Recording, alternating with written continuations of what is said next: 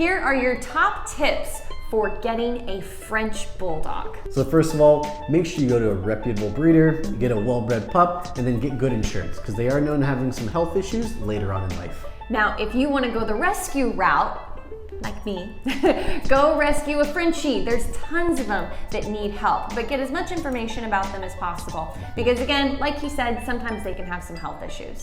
Now let's talk about training. First of all, guys, have a game plan. So starting day one, you want guidance, leash work, and food work. Because Frenchies tend to be a bit pushy. They are stubborn pups. Even as really young pups, stubbornness is basically their middle name. From day one, you want to have a strategy of leadership. They can be very pushy, like he said. We like to say that pushy is their middle name. And whatever type of temperament of puppy or rescue pup that you get, whether it's from a breeder or from a rescue, your game plan has to be set up for potty training, play, potential supervised free time, and training time. So go ahead and have an idea of that before you get too deep in.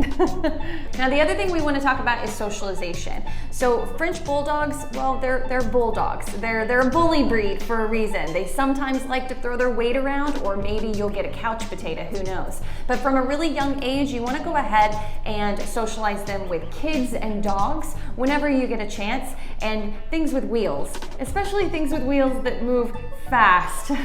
They're known to chase things. Yes. I'll say that. And if I do introduce them to a pup, I usually do an older, larger pup. I say older because they're a little bit lower energy, and they'll kind of be a little bit more, they'll deal with some of that Frenchy pushiness a little bit better than a young small dog who might be a bit overwhelmed by the French. Yeah, that can be a good idea when socializing them. And just really get that food work built up, that food focus that can help you pull him from distractions or her from distractions from things in their environment. Oh yeah, like a really good cum. Yes, a really good cum. The other thing I really love to do with these types of breeds is I want to get control of the mouth right away. So go ahead and start working on tug and out or drop it. You don't want to tug really hard with a puppy, but you can go ahead and start playing around with fetch. You just want to give resistance. So yeah, when they tug, you're not pulling them all over the place. I know it's tempting because they're cute and they're growling at you because every Frenchie does. But just provide resistance, and when you want them to let it go, just kind of pause.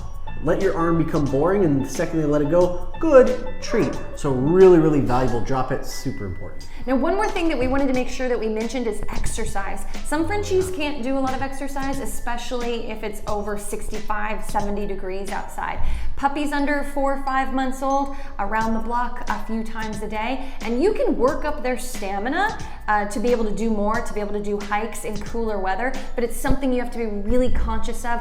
Always have water, always just check in with your dog regularly, because sometimes it just depends on their development. It's genetic, guys. It's not like you can keep building up stamina and get a 9-mile hike with them. It is truly genetics. They have a shortened snout, and a lot of them have a very flat snout, which means that they can't take a lot of air in. So when they get too much heat, too much movement, they will hyperventilate on you. Which is why just watch their development and keep an eye on that, and that'll determine what kind of exercise you can do with your French Bulldog.